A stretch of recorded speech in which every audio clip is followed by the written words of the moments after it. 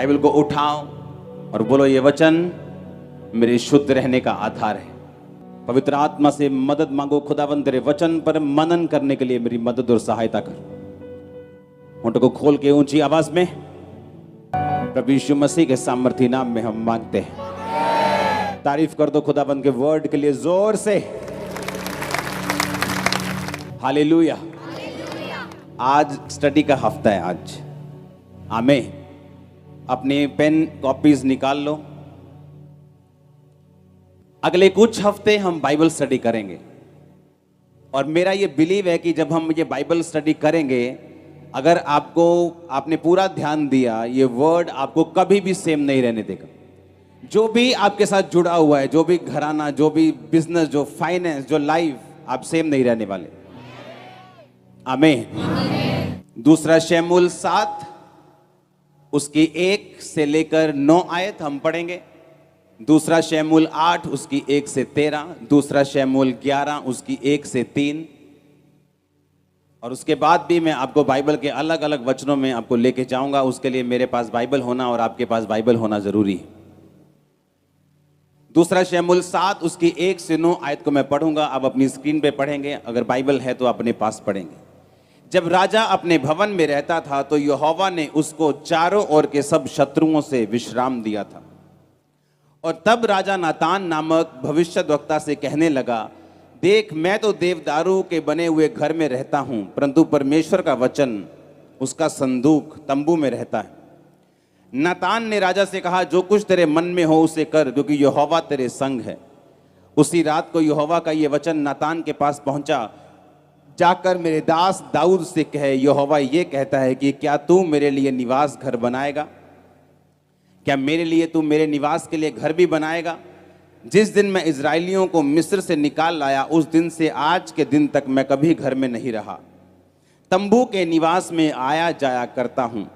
जहां जहां मैं समस्त इजराइलियों के बीच फिरता रहा, क्या मैंने कहीं इजराइल के किसी गोत्र से, जिससे मैंने अपनी प्रजा इजराइल की चरवाही करने को ठहराया है, ऐसी बात कभी कही कि तुमने मेरे लिए देवदारू का घर क्यों नहीं बनवाया? इसलिए अब तू मेरे दास दाऊद से ऐसा कह, सेनाओं का यहोवा यूं कहता है कि मैंने तुझे भेड़शाला से और भेड़ बकरियों के पीछे पीछे फिरने से और इस मनसा से बुला लिया कि तू मेरी प्रजा इजराइल का प्रधान हो जाए। और जहां जहां कहीं तू आया गया, वहां मैं तेरे संग रहा और तेरे समस्त शत्रुओं का तेरे सामने से नाश किया। फिर मैंने तेरे नाम को पृथ्वी पर के बड़े बड़े लोगों के नाम के समान मैं महान कर दूंगा। सब बोलो आमीन। अगला वचन मैं पढ़ूंगा, दूसरा शमूएल 8 उसकी 1 से 13 आयत। इसके बाद दाऊद ने पलिश्तियों को जीतकर अपने अधीन कर लिया और दाऊद ने पलिश्तियों की राजधानी की प्रभुता उनके हाथ से छीन ली। फिर उसने मोआबियों को भी जीता और उनको भूमि पर लिटाकर डोरी से मापा और 2 डोरी के लोगों को घात किया और डोरी भर के लोगों को जीवित छोड़ दिया। तब मोआबी दाऊद के अधीन होकर भेंट ले आने लगे। फिर जब सुबा का राजा रहोब का पुत्र हददेजर महानद के पास अपना राज्य ज्यों का त्यों करने जा रहा था, तब दाऊद ने उसको जीत लिया। अब आप इसको घर जाके पूरा पढ़ेंगे और मैं पढ़ूंगा 13 आयत को। जब दाऊद लोन वाली तराई में 18,000 अरामियों को मार कर लौट आया, तब उसका नाम बड़ा हो गया। सब बोलो आमीन। सबसे पहली आयत दूसरा शमूएल 7 उसकी 1 में लिखा, जब राजा अपने भवन में रहता था तो यहोवा ने उसके चारों ओर के सब शत्रुओं से उसको विश्राम दिया था। एक बात आपने हमेशा याद रखनी है, आज भी इंडिया अंग्रेजों के अधीन होता अगर वॉर ना होती, अगर लड़ाई ना होती, आज़ादी की जंग ना होती। हाँ या ना? हर एक पीस के पीछे, हर एक शांति के पीछे एक जंग है। अपने पड़ोसी से बोलो, हर एक पीस के, हर एक शांति के पीछे एक बड़ी जंग है। आमीन। अब यहाँ पे जब दाऊद को परमेश्वर ने विश्राम दिया तो बाइबल कहती है, आपको 2 तरीके से इसको समझना है। बाइबल कहती है कि परमेश्वर ने उसको चारों ओर के शत्रुओं से विश्राम दिया। विश्राम कैसे दिया? बाइबल कहती है हर बार उसको विश्राम से पहले उसको एक लड़ाई लड़नी पड़ती थी, उसको एक फाइट लड़नी पड़ती थी। और परमेश्वर का जब, इसमें 2 चीजें सीखने वाली। बाइबल कहती है कि उसने कहा कि अब मैं विश्राम में हूं, अब मैं परमेश्वर का भवन बनाऊंगा। एक बात आपको हमेशा याद रखनी है, जब तक एक विश्वासी आराम में और विश्राम में नहीं जाता, वो उतना परमेश्वर का काम नहीं कर सकता जितना एक आराम वाला और परमेश्वर में विश्राम वाला व्यक्ति कर सकता है। आपको बात बड़ी, आज बाइबल स्टडी मुझे यहाँ बैठना पड़ेगा क्योंकि मुझे अलग अलग वचनों में आपको लेके जाना पड़ेगा और बाइबल मेरे पास होना जरूरी है। एक बात हमेशा याद रखो, अगर आपको मालूम है कि परमेश्वर ने आपसे वायदा किया कि मैं तुझे बेस्ट दूंगा, तेरा घराना बेस्ट होगा, तेरा तेरा तेरा परिवार बेस्ट होगा, तेरा फाइनेंस बेस्ट होगा।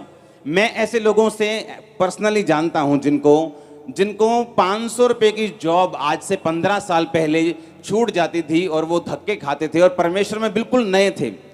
आज मुझे कल एक मेरे दोस्त ने बताया कि आज उन लोगों की फैक्ट्रीज जल चुकी हैं, वो लोग ब्लेस्ड हैं क्योंकि परमेश्वर में लगातार वो चलते रहे, बने रहे, खड़े रहे। अब मेरी बात सुनो, परमेश्वर का मेन मकसद ये है कि आप उसकी महिमा करें और इसी तरीके से वो आपको ब्लेस करना चाहता है। बाइबल कहती है कि पौलुस ने कहा, तुमने जो मेरे दर्शन में मेरा साथ दिया, इसलिए ये कलीसिया जो आशीषित होगी और परमेश्वर तुम्हारी हर घटी को महिमा सहित मसीह यीशु में पूरा करेगा। हाँ या ना? इतना मालूम है कि नहीं? जोर से हालेलुया बोलो, जोर से। ये वचन आपको समझना बहुत ज्यादा जरूरी है। आज सुनो, परमेश्वर ने कहा मैं तुम्हें बेस्ट दूंगा, बेस्ट दाख दूंगा, बेस्ट पानी दूंगा, बेस्ट तेल दूंगा। हाँ या ना? इतनी समझ आई कि नहीं आई? अब हमें यह बात समझ आ रही है दाऊद के इन वचनों को पढ़ के कि जब वो विश्राम में था तब उसने बात की कि मैं यहोवा के भवन को बनाऊंगा। जब तक वो विश्राम में नहीं था तब तक उसको यहोवा का भवन बनाने की याद चित नहीं आई, क्योंकि वो अपनी ही फाइट्स में कि परमेश्वर मुझे क्या क्या देना चाहता है और परमेश्वर मुझे ये देश देना चाहता है, तब तक अपनी लड़ाइयों में वो बिजी था। उसे मालूम ही नहीं था कि परमेश्वर का भवन भी बनाना है। लेकिन बाइबल कहती जब वो विश्राम में था, जब वो पीस में था, जब वो विश्राम कर रहा था, जब परमेश्वर ने उसको चारों ओर के शत्रुओं से विश्राम दिया, तब उसने कहा कि अब मैं यहोवा के लिए एक भवन को बनाऊंगा। कितने मेरी बात को समझ रहे हैं? अब इसका मतलब यह है कि कौन परमेश्वर का काम कर सकता है? कौन वो व्यक्ति है जो परमेश्वर का काम ज्यादा कर सकता है? जिसको परमेश्वर ने सारी लड़ाइयों से विश्राम दिया हो। आमीन। इसका मतलब विश्राम उसी को मिल सकता है जिसने लड़ाइयां लड़ी हों और अपनी लड़ाइयां जीती हों। इतने तक बात को समझ गए हो? अब यहां पर परमेश्वर का वचन यह कहता है कि परमेश्वर ने उसको कहा कि मैं अब तेरे नाम को पृथ्वी पर के बड़े बड़े लोगों के नामों के समान महान कर दूंगा। जैसे ही तू मेरे भवन को बनाने की बात करेगा, जैसे ही तूने मेरी सेवा करने की बात की है, क्योंकि तू अपनी लड़ाई को लड़ा है। उसने कौन सी लड़ाई लड़ी थी? हर बंदे की लड़ाई अलग है। किसी की लड़ाई व्यभिचार से है, किसी की लड़ाई चोरी से है, किसी की लड़ाई डर से है, किसी की लड़ाई रिश्तेदारों से है, किसी की लड़ाई किसी चीज से है। हर एक व्यक्ति की कमजोरी और हर एक व्यक्ति की लड़ाई जो है वो अलग अलग है। कितने मेरी बात को समझ रहे हैं? अब बाइबल कहती है उस लड़ाई को लड़ने के बाद और उसको जीतने के बाद ही आप परमेश्वर के काम को कर सकते हैं, क्योंकि परमेश्वर जब आपको विश्राम देता है तो परमेश्वर का काम हम अच्छी तरह से कर सकते हैं। जब दाऊद को चारों ओर के शत्रुओं से विश्राम मिला तो बाइबल कहती है कि उसने कहा कि अब मैं यहोवा के भवन को बनाऊंगा।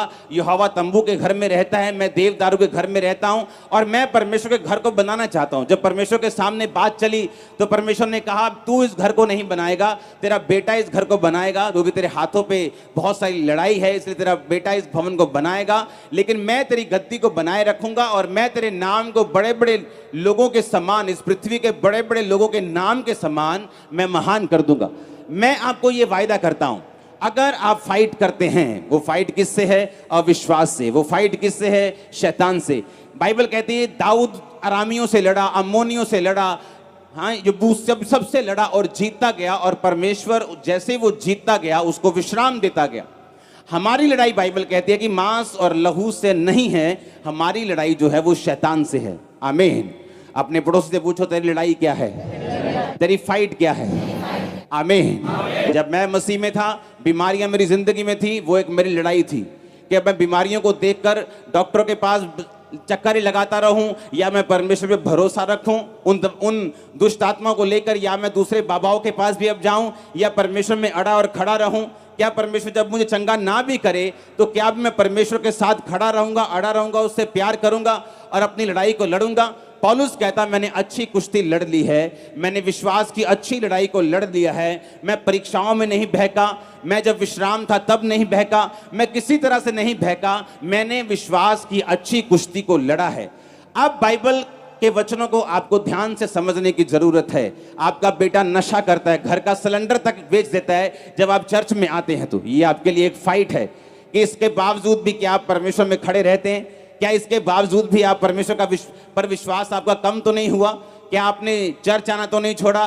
क्या आपने परमेश्वर के साथ प्रेम करना तो नहीं छोड़ा? क्या आपने बाइबल पढ़नी तो नहीं छोड़ी? क्या आपने वचन पढ़ना तो नहीं छोड़ा? क्या आपके रोजे कम तो नहीं हुए? क्या आपने टाइट देना बंद तो नहीं किया? ये एक लड़ाई है और हर एक बंदे की लड़ाई जो है वो अलग अलग है।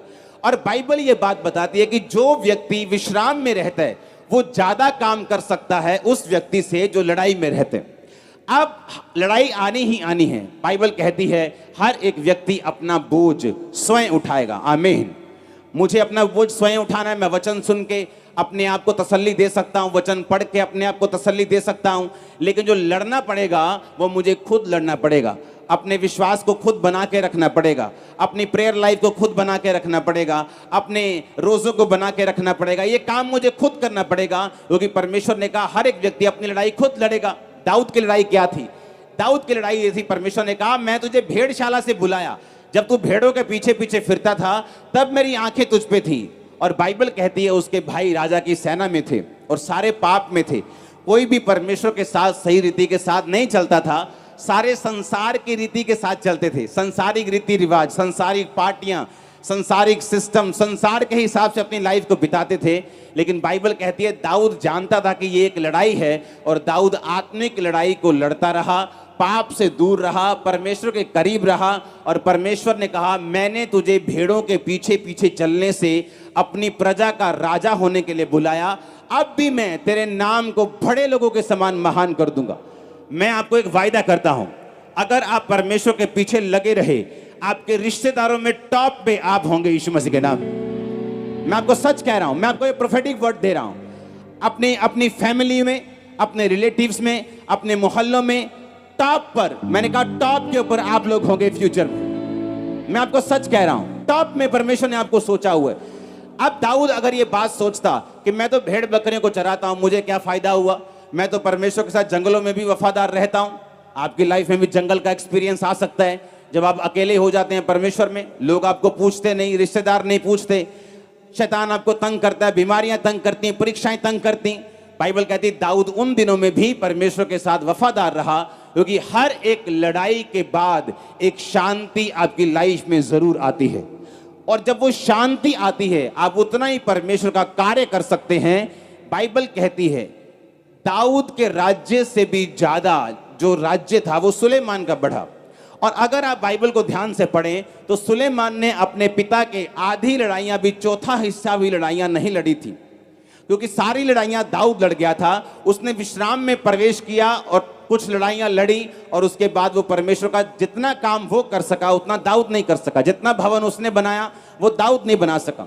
और अब परमेश्वर आपको विश्राम देना चाहता है। बाइबल कहती है कि उसने आपको विश्राम में प्रवेश करने के लिए बुलाया। एक विश्राम स्वर्ग वाला है, एक विश्राम नीचे वाला है। मैं आपको धरती के विश्राम की बात कर रहा हूं, स्वर्ग के विश्राम की भी बात कर रहा हूं।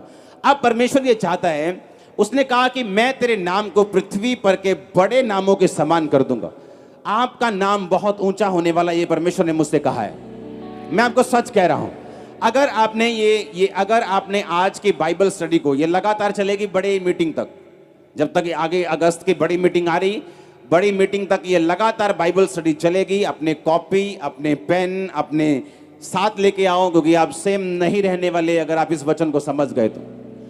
अब अगर आप सेम 8 बाब की जो हमने आयत 13 को पढ़ा है, जब बाइबल कहती है कि दाऊद फलिश्तियों के साथ लड़ा, बाइबल कहती है उसके बाद दाऊद अरामी, हद्देदेजर, ये वो उन सब लोगों के साथ लड़ा, तो 13 आयत में लिखा कि दाऊद लोन वाली तराई में 18,000 अरामियों को मार कर आया, तब उसका नाम बड़ा हो गया। सब बोलो आमीन। परमेश्वर ने उससे कहा था कि मैं तेरे नाम को बड़ा करूंगा, मैं तेरे नाम को महान करूंगा। और बाइबल कहती है जैसे जैसे वो लड़ता गया और वैसे वैसे उसका नाम जो था वो ग्रेट होता गया।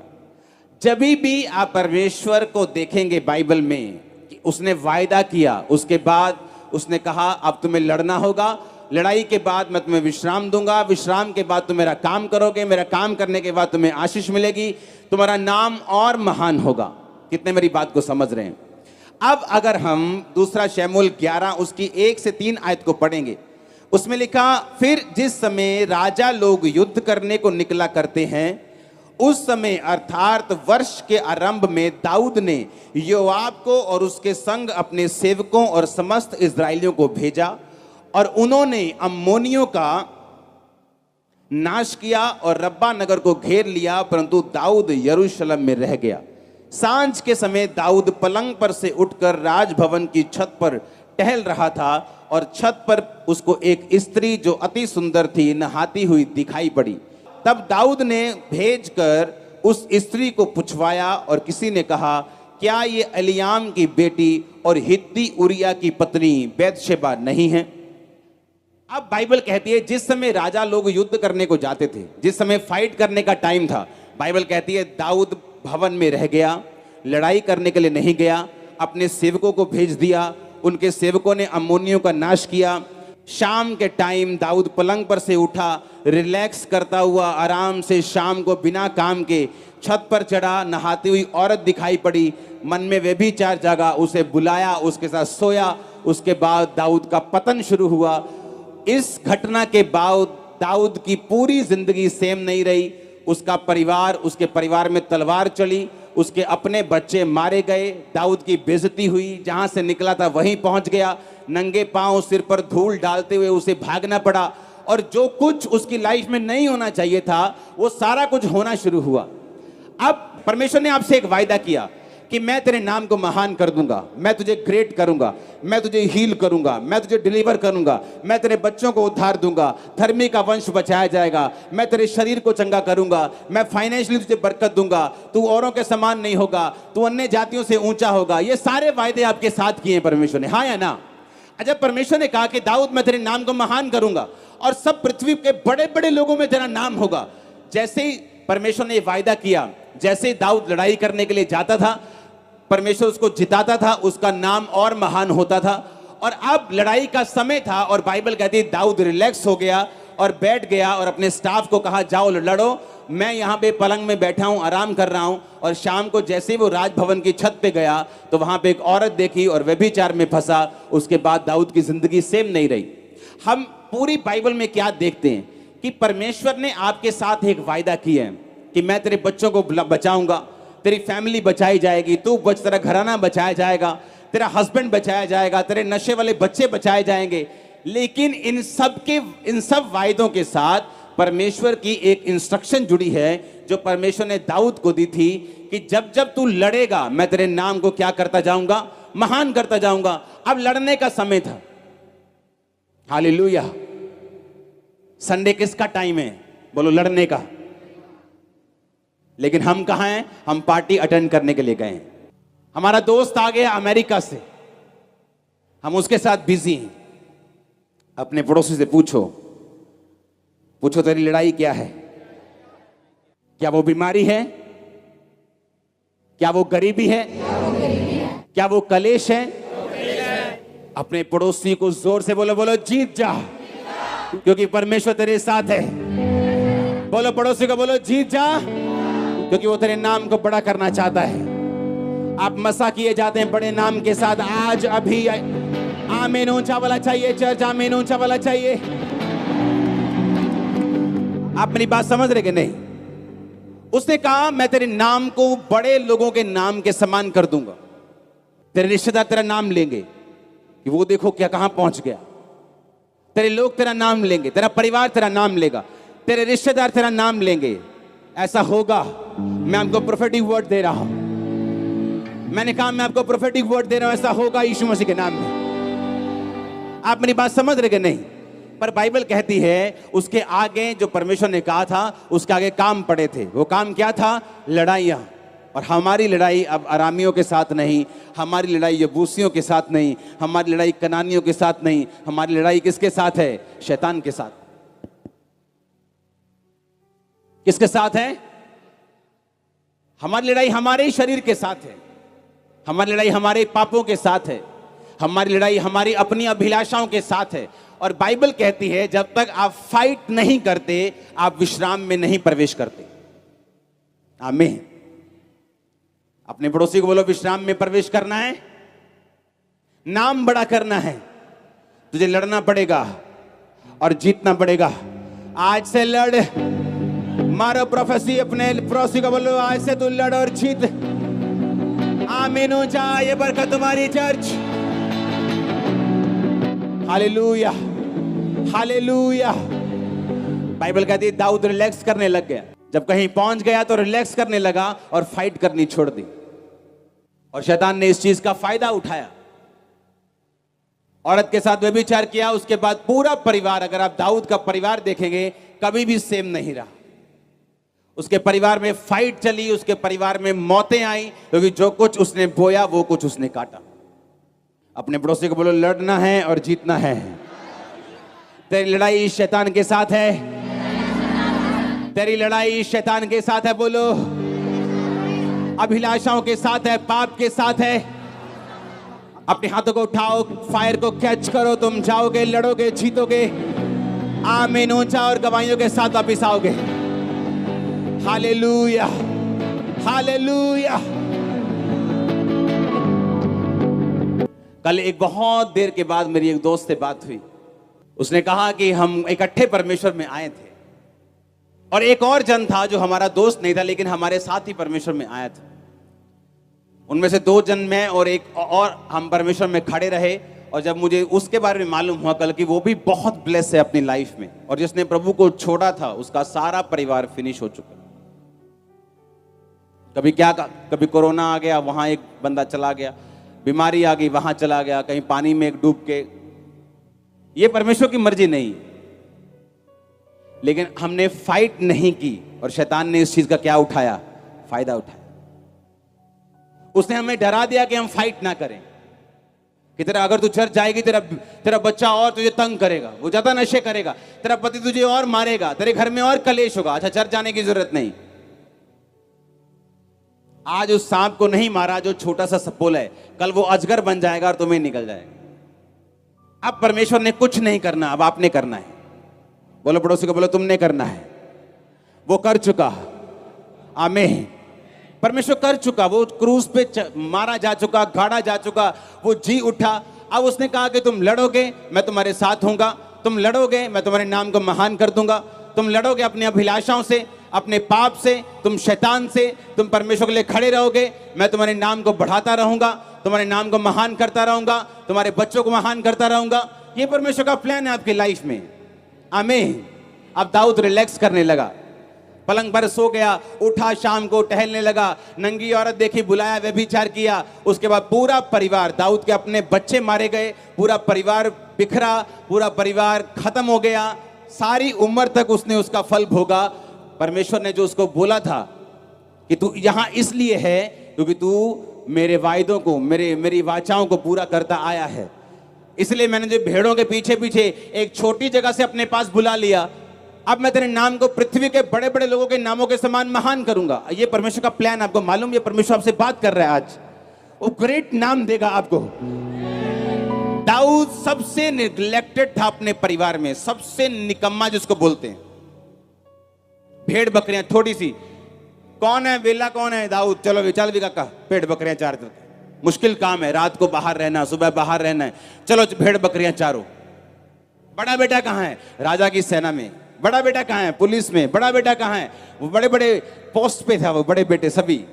दाऊद ऐसा था कि जब शमूएल उसके घर में आया कि मुझे तुम्हारे एक बेटे को मसा करना है, तो उसने दाऊद को इनवाइट तक नहीं किया। इतना निग्लेक्टेड चाइल्ड था वो कि मतलब अपना बच्चा ही भूल गए वो, कि पहला बच्चा आया, दूसरा आया, परमेश्वर ने कहा नहीं मैंने इसको भी नहीं किया, इसको भी नहीं किया, इसको भी नहीं किया। पुराने टाइम में जब नबी लोग किसी के घर जाते थे तो उन्हें टांगे कांपती थी। नबी लोग घर आए, उनको मालूम नहीं या तो हमें ये डुबो के जाएगा या पूरा आसमान पे चढ़ा के जाएगा, पता नहीं अब ये क्या करने आया है। या तो परमेश्वर की सजा बोल के जाएगा या परमेश्वर का बड़ा प्लान बोल के जाएगा। लोग डरते थे नबियों से कि कुछ ना कुछ ये परमेश्वर का वचन लेके आया। तो उसने कहा कि परमेश्वर तेरे घर में एक राजा बनाना चाहते हैं। पहला बच्चा आया रिजेक्ट, दूसरा आया रिजेक्ट, सभी रिजेक्ट, और दाऊद इतना छोटा और निग्लेक्टेड और रिजेक्टेड था कि उसको भूल गए थे। उसने कहा हाँ एक रह गया, जंगलों में रह गया, भेड़ बकरी को चराता होगा, हम उसे बुलाते हैं, उसे देख लो। जब वो आया परमेश्वर ने कहा यही है, इसी को मसा करना है, यही है। हालेलुया। आपको लगता है कि मैं कैसे मेरा नाम कैसे महान हो सकता है? अब मैं 5,000 की जॉब करता हूं, मेरा नाम कैसे महान हो सकता है? मैं तो किसी के घर में काम करती हूं। यही तो परमेश्वर चाहता है और यही वो करके दिखाएगा। मैं आपको प्रोफेसी करता हूं, वो करके दिखाएगा। ओ आमीन ऊंचा चाहिए, आमीन ऊंचा चाहिए चर्च। यही तो परमेश्वर है, यही तो है वो। नहीं तो फिर आप कहते हैं कि मैं बड़ा था इसलिए मैं ब्लेस हो गया, मैं इंजीनियर था मैं ब्लेस हो गया, मैं ये था मैं ब्लेस हो गया। यही तो करना चाहता है वो आपकी लाइफ में। आपको छोटे से छोटी पोजीशन से वो बुला के आपके नाम को वो बड़े से बड़े लोगों के बीच में फिट करना चाहता है। यही तो वो चाहता है आपकी लाइफ से, और ऐसा होगा आपके साथ और आपके परिवार के साथ। ये प्रोफेसी है यीशु मसीह के नाम में। आप मेरी बात समझ रहे कि नहीं? यही तो वो चाहता है, यही तो परमेश्वर की मर्जी है। परमेश्वर ने कहा मैं तुझे तेरे नाम को बड़े बड़े पृथ्वी के बड़े बड़े लोगों के नाम के समान महान कर दूंगा। यही वो चाहता है। आपकी बैकग्राउंड कैसी उसे कोई मतलब नहीं। आप एक रिक्शा चालक हो सकते हैं, आप एक अमीर हो सकते हैं, आप गरीब हो सकते हैं, उसे कोई मतलब नहीं। उसने कहा मैंने इजराइलियों को इसलिए चुना क्योंकि पृथ्वी में सबसे थोड़े थे वो। इजराइल की जो आज आबादी है 1 करोड़ से नीचे है, लेकिन पता नहीं कितने 60-70 करोड़ के देश उससे लड़ चुके और एक भी बार जीत नहीं सके। पंजाब से भी छोटा इजराइल, एक भी बार कोई भी देश उस पर कब्जा नहीं कर सका। परमेश्वर का वचन उसके ऊपर है। आज भी वो टेक्नोलॉजी में दुनिया का लीडर है। हाँ आज भी हथियारों में वो लीड करता है, टेक्नोलॉजी में वो लीड करता है, फोन्स बनाने में वो लीड करता है, हर चीज में इजराइल लीड करता है। एग्रीकल्चर में वो लीड करता है, अगुवाई करता है लोगों की। और परमेश्वर ने कहा मैंने इजरायली लोगों को इसलिए नहीं चुना था कि वो बहुत बड़े या समझदार थे, वो सबसे छोटे थे। मैंने उन्हें चुन लिया और आज दुनिया में एग्जाम्पल बना दिया कि कोई उन पर कब्जा नहीं कर सकता। वही परमेश्वर तो आपका परमेश्वर है। तब यहोवा परमेश्वर अन्य जातियों को पूछता भी नहीं था, लेकिन बाइबल कहती है मसीह में आने के बाद अब्राहम की जो आशीष है वो अन्य जातियों तक पहुंचेगी। आज आप और मैं उसकी संतान बन सकते हैं और हैं। आमीन। अगर हम उस पर भरोसा रखें कि परमेश्वर ने आपको फालतू में नहीं चुना, उसने आपको फालतू में नहीं बनाया। उसकी आपकी लाइफ में परमेश्वर का एक मकसद है। वो चाहता है उस मकसद को आप समझें। वो चाहता है कि आप क्विट ना करें, वो चाहता है कि आप पीछे ना हटें, वो चाहता है कि आप हटे ना, वो चाहता है कि आप डरे ना। इसलिए बाइबल में कितनी बार लिखा है मत डर मैं तेरे साथ हूं। तुम्हें लड़ना होगा, आज से लड़ने की अनॉइंटिंग ग्रहण करो यीशु मसीह के नाम में अपने परिवारों समेत। आमीन। वो लड़ाई मेरी थी। रोज घर जाना, कोई परिवार वाला नहीं, परिवार के साथ फाइट। काम कब करेगा, काम कब करेगा, काम कब करेगा, काम कब करेगा। चर्च जाना बंद कर, चर्च जा। 2 ही चीजें थी बस, काम करेगा और चर्च जाना कब बंद करेगा। ये मेरी घर में लड़ाई थी, पर्सनल लड़ाई थी। बीमारियां मेरी लाइफ में थी, दुष्ट आत्माओं के अटैक होते थे। अगर बाहर जाओ तो क्रिश्चियंस भी कई विरोध करते थे, सब तरह लड़ाई झगड़े थे। लेकिन आज कितनी शांति है। अगर मैं उस लड़ाई को ना लड़ा होता, मेरे एक जानकार को उसकी फैमिली वापस ले गई। मसीह में गया तो दुकान नहीं देंगे, मकान नहीं देंगे, और जो उन्हें वापस लेके गए दोनों मर गए। मैं आपको क्या बोलता हूं, जिन लोगों से शैतान आपको नफरत करवा रहा है, वही लोगों को परमेश्वर आपके जरिए ब्लेस करना चाहता है। मालूम, पता है कि नहीं? शायद आपको ना पता हो। जो लोग आपका विरोध कर रहे हैं, उन्हीं लोगों को परमेश्वर आपके जरिए ब्लेस करना चाहते हैं। पता है कि नहीं? 2009 में 50 लोग आते थे चर्च में। बस समझ लो कि ये 2 लाइनें चर्च थी। हाँ, तो उनको प्रचार में ऐसे ही करता था, बिना रुके। ये नहीं 50 है तो ठंडे ठंडे, लाखों बैठे हैं तो गरम गरम, ऐसा नहीं था। इसी जोश से होता था। उनको प्रचार कर रहा था मैं, और शाम को मेरे गोडाउन पे जो लाखों का सामान था, सैनिटरी का, टाइल्स का, लोगों ने आग लगा दी। अगले दिन आए चर्च वाले 50-60 लोग, बम मारा हुआ जी, बम मारा है पास, तो बीबियां कर दिया। मैंने कहा तुम वचन पढ़ते हो क्या? उसने कहा हाँ। मैं क्या लिखा है वचन में? लिखा कि सब बातें मिलकर भलाई को पैदा करती हैं जो मसीह यीशु से प्रेम करते। अब इसमें भी भलाई क्या हो सकती है?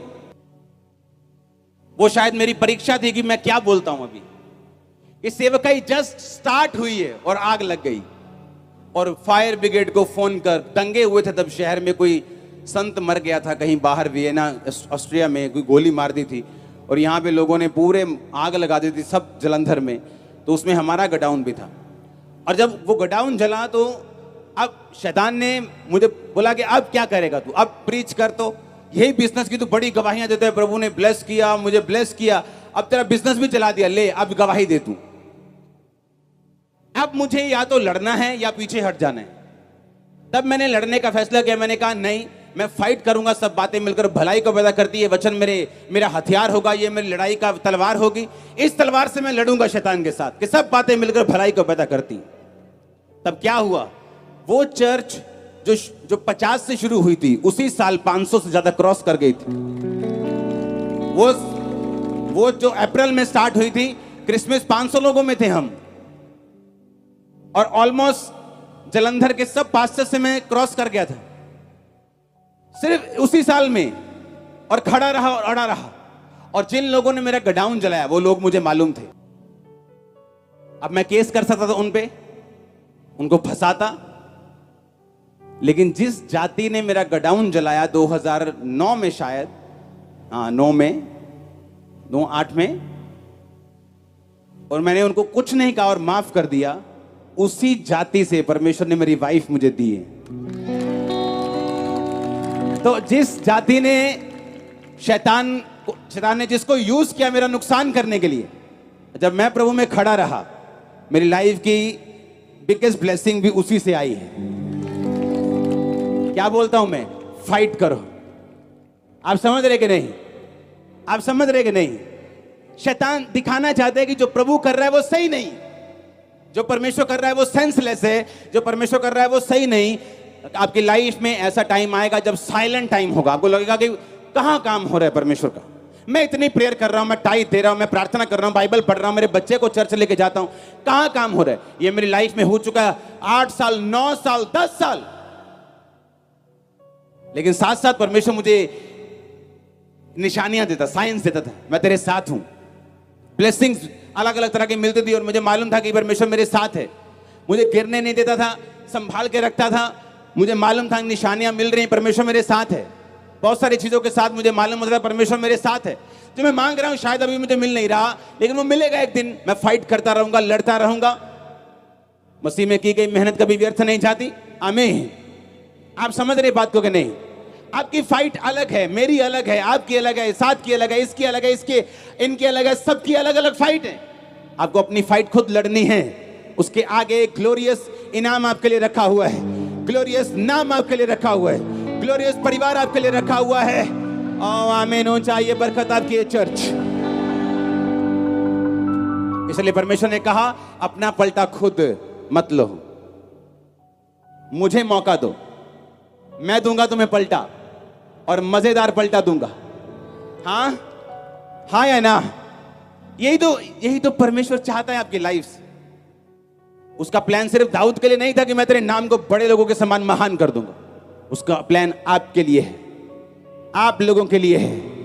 मैंने कहा वो आप लोगों के लिए है, आपके बच्चों के लिए है, आपके परिवार के लिए है। आमीन हो चाहिए बरकत आपकी चर्च। Hallelujah, hallelujah. यही परमेश्वर चाहता है, ये उसका प्लान है आप लोगों की लाइफ के लिए। आपको उसे समझना है, उसे ग्रहण करना है, उसके अनुसार लड़ना है, उसी के अनुसार अपनी जिंदगी को बिताना है। इंसानों की शक्ल नहीं देखनी, लोग क्या कहते हैं, प्रेशर क्या कहते हैं, हवा किस ओर है, रुख किस ओर है। कुछ क्रिश्चियंस होते हैं जो हवा के रुख के हिसाब से चलते हैं। ज्यादा गैदरिंग है क्रिश्चियंस की तो क्रिश्चियंस की तरफ हो गए, ज्यादा विरोध हो गया तो दूसरों की तरफ हो गए। ऐसा नहीं करना है। आप अकेले भीड़ बन जाते हो। अगर आप परमेश्वर के साथ हो तो कुछ देर आप अकेले रहोगे, बाद में भीड़ बन जाओगे। लेकिन अगर भीड़ का साथ दोगे, एक दिन भीड़ एक एक करके मर जाएगी और आप अकेले रह जाएंगे। और आपको दुख होगा कि काश मैं परमेश्वर के साथ खड़ा रहा होता तो आज इन लोगों के साथ मैं होता, अपने परिवार के साथ होता, लव्ड वंस के साथ होता। हालेलुया। जो लोग आपका विरोध कर रहे हैं उन्हीं को परमेश्वर ब्लेस करेगा। जो परिवार, जो हस्बैंड, जो वाइफ आपका विरोध कर रही है, वही उसी को परमेश्वर ब्लेस करना चाहता है। इसीलिए शैतान उसी को यूज कर रहा है कि वो आपके खिलाफ बोले, परमेश्वर के खिलाफ जाए और आप रुक जाएं और आप थक जाएं और आप क्विट कर दें। विनर्स कभी क्विट नहीं करते और जो क्विट करने वाले कभी विनर्स नहीं बनते। आमीन। जो दौड़ है ना वो तेज वालों के लिए नहीं है जो तेज भाग सकते हैं। दौड़ उनके लिए है जो कभी क्विट नहीं करते, जो खड़े रहते हैं, अड़े रहते हैं, ना समझ आने के बावजूद भी। और आप जीत जाएंगे यीशु मसीह के नाम में। आप पहली जीत चुके, दूसरी, तब तीसरी भी जीत जाएंगे, आप चौथी भी जीत जाएंगे। आमीन हो चाहिए बरकत तुम्हारी है चर्च। मैंने कहा पहली लड़ाई जीत चुके, दूसरी जीत चुके, तीसरी भी जीत जाएंगे, आप चौथी लड़ाई भी जीत जाएंगे। ओ आमीन हो चाहिए। एंजल्स आपको टच कर रहे राइट नाउ। मैंने कहा एंजल्स आपको छू रहे राइट नाउ। Hallelujah, hallelujah. ये परमेश्वर का प्लान आप लोगों के लिए, हमें ये उसकी योजना है आप लोगों के लिए, आपके परिवार के लिए, आपके बच्चों के लिए। क्या वफादार रहने के लिए आप तैयार हैं? परमेश्वर से तैयार है उसके साथ फेथफुल रहने के लिए? क्या आपकी प्रोफेशनल लाइफ और क्रिश्चियन लाइफ अलग अलग तो नहीं है? हालेलुया। कि मेरी बिजनेस लाइफ जो है वो अलग है और मेरी क्रिश्चियन लाइफ जो है वो अलग है, ऐसा तो नहीं है ना। एक ही लाइफ है, आप एक ही हैं, परमेश्वर भी एक ही है, आत्मा भी एक ही है, बपतिस्मा भी एक ही है, लाइफ भी एक ही है, फेस भी एक है, पति एक है, पिता एक है, लाइफ भी एक है। कोई अलग अलग लाइफ नहीं, कोई रियल लाइफ नहीं, कोई रियल लाइफ नहीं, सब एक लाइफ है। आमीन। एक ही लाइफ है। जो आप बोलते हो उसका असर आप पे होता है, जो अंगीकार करते हो उसका असर आप पे होता है। रोज सुबह उठ के अंगीकार को, चाहे मैं कह रहा हूं मर रहे हो, अंगीकार करो, मेरे लिए परमेश्वर का प्लान बड़ा है। देखो कैसे शैतान भागता है। मेरे लिए, मेरे परिवार के लिए परमेश्वर का प्लान बड़ा है। मेरी सेहत के लिए उसका प्लान बड़ा है। उसके कोड़े खाने से मैं चंगा, मैं चंगी हो चुकी हूं। रोज सुबह अंगीकार करना है, रोज रोज रोज, एवरीडे। आमीन। लोग जब मंदबुद्धि वाले बच्चे केस आते हैं उनको हम स्पेशल बोलते हैं कि रोज सुबह उठो, अपने बच्चे के सिर पे हाथ रखो और घोषणा करो इसका दिमाग प्रॉपर चले, घोषणा करो कि इसके अंग प्रॉपर चले, घोषणा करो इसकी नाड़ियां बने, घोषणा करो। तुम्हारी घोषणा करेंगे, हम प्रेयर करेंगे, काम होगा, सब होगा, सब होगा जो कभी नहीं हुआ। आमीन हो चाहिए बरकत तुम्हारी है चर्च। Hallelujah, hallelujah. अपने पड़ोसी को बोलो परमेश्वर का प्लान है, उसे समझना है, उसके मुताबिक चलना है। आमीन। ना तो डरना है, ना पीछे हटना है, लड़ना है शैतान के साथ, अपने अभिलाषाओं के साथ, और जीतना है। वो तेरे नाम को, तेरे परिवार के नाम को बड़े लोगों के नामों के समान कर देगा। ये प्रोफेसी है, आज ग्रहण कर लो इसे यीशु के नाम में, ग्रहण कर लो। आमीन बोलकर 7 बार बोलो आमीन ऊंची आवाज में, थैंक यू जीसस बोलते हुए। आमीन, आमीन, आमीन, आमीन, आमीन, आमीन। Hallelujah, thank you Jesus. ऊंची आवाज में आमीन। Hallelujah, hallelujah, hallelujah. आमीन। आप परमेश्वर को महसूस नहीं कर सकते, मालूम है कि नहीं? अब जो यहां से जाएंगे आप उसको महसूस नहीं कर सकते। लोग धोखा खाते जब वो परमेश्वर को महसूस करने की कोशिश करते हैं कि मुझे फील हो रहा है परमेश्वर मेरे साथ है, मुझे फील हो रहा है कि मेरी प्रार्थनाएं सुनी जा रही, मुझे तो दर्शन नहीं आते, मुझे तो सपना नहीं आता, मुझे तो कुछ महसूस नहीं होता। आप जब सुबह उठते हैं क्या आप फील करते हैं आपके पांव आपके साथ हैं? फिर ही चलते हैं, फील हो रहे हैं पैर, चलो अब चलते हैं? नहीं ना, आप सुबह उठते हैं, आप जस्ट बेड से उठ जाते हैं। ऐसे है कि नहीं है? आप फील तो नहीं करते मेरे हाथ मेरे साथ हैं? हर बार खाना खाने से पहले फील करते हैं हाथ साथ ही है ना, चलो अब खाना खाते हैं। परमेश्वर को आप फील नहीं कर सकते, उसकी पावर को फील कर सकते हैं। पता है कि नहीं? जब सामर्थ उतरती है, जब हम गीत गाते हैं, जब हम वर्शिप करते हैं, तब आप पावर को फील करते हैं। लेकिन जब आप रेगुलर अपनी जिंदगी को जीते हैं, तब आप परमेश्वर को फील नहीं करते।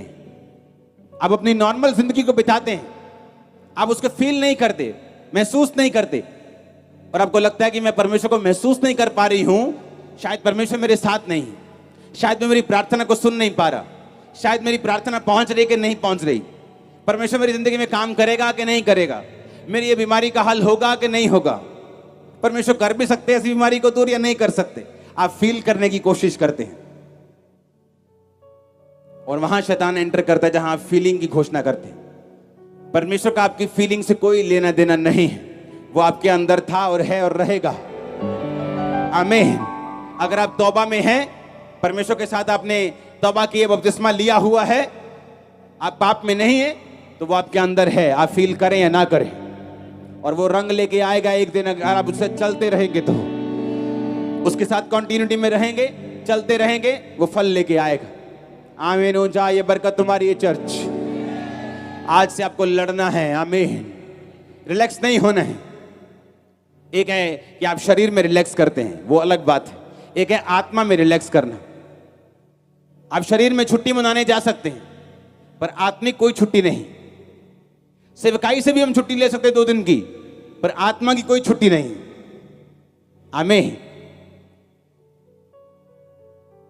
प्रेयर की कोई छुट्टी नहीं, बाइबल रीडिंग की कोई छुट्टी नहीं, फास्टिंग की कोई छुट्टी नहीं। अगर हफ्ते में 2 रखते हैं तो कोई छुट्टी नहीं। हम शरीर में घूमने जा सकते कि आओ हमारे सिर को थोड़ा आराम दें, आंखों को आराम दें, पर आत्मा को आराम नहीं देना है, उसको चलाते रहना है, न जंग लग जाएगा।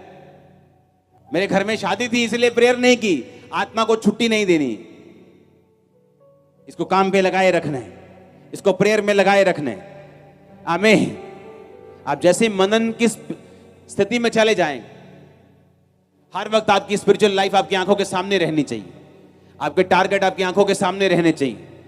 स्पिरिचुअल लाइफ में आप क्या करना चाहते हैं, आज आपने प्रेयर कितनी की, आज आपने बाइबल पढ़ी कि नहीं पढ़ी, हर वक्त आपके दिमाग में ये चीजें रहनी चाहिए। आमीन। आप कहीं रिश्तेदार के पास भी घूमने जा सकते हैं, आप शरीर में गए लेकिन आत्मा में अभी आप यही सोच रहे हैं कि भाई साहब ये कब जाएंगे और मैं प्रेयर शुरू करूंगा, हाँ ये कब हटेगा अपनी बातों से, मैं बाइबल पढ़ूंगा। हाँ आप भी जी जी जी जी हंस रहे हैं उसके साथ, और बोले यार चल चुप कर यार, हाँ थोड़ी बाइबल पढ़ने दे। कितने समझ रहे हैं मेरी बातों को। स्पिरिट में आराम नहीं देना, शरीर को आराम दे सकते हैं, 2 दिन आराम कर सकते हैं, शरीर को तंदुरुस्त रखने के लिए रिलैक्स कर सकते हैं, लेकिन स्पिरिचुअल लाइफ में कोई रिलैक्सेशन नहीं। दाऊद फाइट करने में रिलैक्स हो गया, जहां उसे लड़ना चाहिए था वहां वो रिलैक्स हो गया। और जहां आप स्पिरिचुअल लाइफ में रिलैक्स करने के लिए गए, आपने प्रेयर लाइफ को कम किया, बाइबल रीडिंग को कम किया, वहीं शैतान अपने सवालों के साथ आएगा और आपको फंसा लेगा। फिर वहां से डाउनफॉल शुरू होता है लोगों का। वो दाऊद था तब भी डाउनफॉल आया। परमेश्वर शक्लें नहीं देखता, पोस्ट नहीं देखता, हैसियत नहीं देखता, आत्मिक तुम बड़े हो के छोटे हो नहीं देखता। वचन टूटेगा, डाउनफॉल आएगा, वचन पे खड़े रहेंगे, नाम बड़ा होगा, आपका नाम बड़ा होगा, ये श्योर है, मैं देख रहा हूं। मैंने कहा आपका नाम बड़ा होगा, ये श्योर है, मैं देख रहा हूं। Hallelujah, hallelujah. आप तैयार हैं क्या? आप तैयार हैं क्या? आपको अपनी लाइफ की ऐसी सिचुएशन आएगी जहां पर आपको फैसला लेना होगा कि क्या अब भी मैं परमेश्वर के साथ चलने के लिए तैयार हूं? क्या अब भी परमेश्वर के साथ खड़ा रहने के लिए, खड़ी रहने के लिए तैयार हूं? क्या इतने कलेश के बावजूद भी मैं परमेश्वर के साथ चलने के लिए तैयार हूं? क्या इतनी बीमारियों के बावजूद भी मैं परमेश्वर के साथ चलने के लिए तैयार हूं? आपको फैसला लेना होगा, ये आपकी फाइट होगी। और जब फाइट कर लेंगे, मैं आपको बता रहा हूं, जो लाइफ आपको मिलेगी, कोई संसारिक मेहनत, संसारिक पैसा, संसारिक पोस्ट उसको उसके बराबर क्या, उसके 10% तक भी नहीं पहुंच सकती जो परमेश्वर फिर आपको देगा। वो स्थिरता, वो लाइफ, वो घर जो चट्टान पे बना होगा, वो आप लोगों का होगा। ओ आमीन। अब मेरे को पेट से चाहिए, गले से भी चाहिए। Hallelujah, hallelujah. लोगों का घर देखते हैं आप, बाइबल कहती वो रेत पे बना हो, इसलिए जब आप उनको 2 साल बाद ही कॉल करेंगे तो उनकी जिंदगी ऐसे हो जाती जैसे कोई बड़ी सुनामी आ गई हो, सब कुछ बिखरा हुआ, इधर का उधर, उधर का पीछे, आगे का ऊपर नीचे। ये क्या हो गया तेरी लाइफ में? क्योंकि परमेश्वर नहीं। क्या करें यार, अकेले हैं, लाइफ अकेले भाग रहे हैं, इसलिए थक चुके हो। यीशु को लेको भागो साथ, देखो फिर क्या होता है। अगर परमेश्वर आपके साथ है और आप अकेले रह जाएं, 1,00,000 बार रोज थैंक्स करना परमेश्वर का रोज। पता है क्यों? जल्दी आप बड़ी भीड़ बनने वाले हैं। मैं आपको सच कह रहा हूं, जो लोग आपको मिलेंगे प्रभु में आने के बाद, सब नहीं, लेकिन परमेश्वर आपको छांटी करके देगा। डिवाइन हेल्पर्स, जेन्युइन लोग, अगर आप परमेश्वर के साथ जेन्युइन हैं, जेन्युइन लोग आपकी लाइफ में एंट्री मारेंगे। ओ आमीन ऊंचा। मैं आपको सच कह रहा हूं, यही तो परमेश्वर। आप लड़ाई कैसे जीतेंगे? ऐसे जीतेंगे। परमेश्वर बहुत सारी चीजें आपके साथ फिर करना शुरू करता है, आपके लाइफ में, आपके स्टडी में, आपके कैरियर में, आपके फाइनेंस में, आपके परिवार में।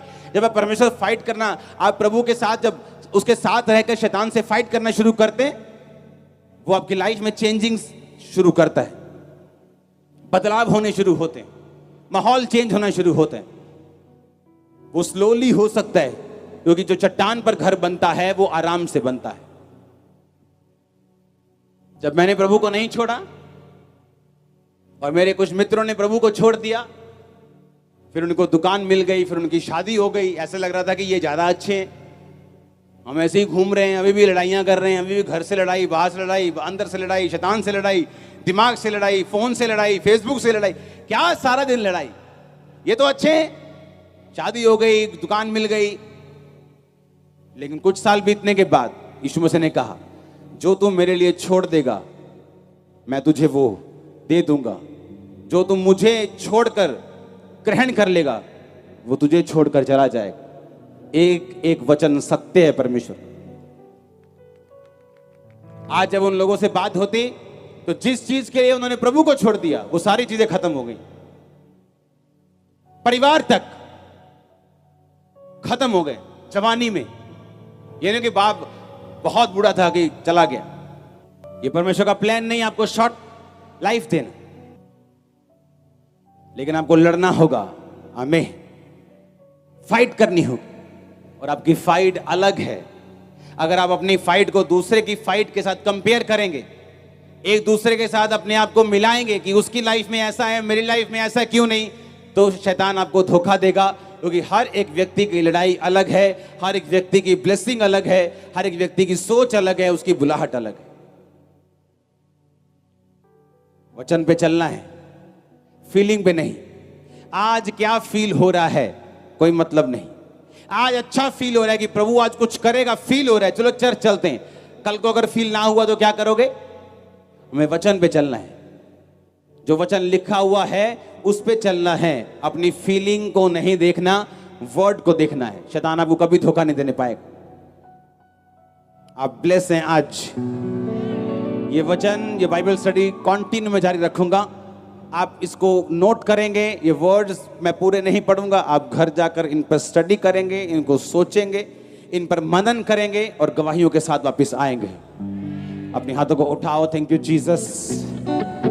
ऊंची आवाज में हालेलुया हालेलुया बोलते हुए परमेश्वर के वचनों को सुनने के लिए हमारे चैनल को सब्सक्राइब कीजिए और हमारी लेटेस्ट वीडियो सबसे पहले देखने के लिए बेल आइकन को प्रेस कीजिए।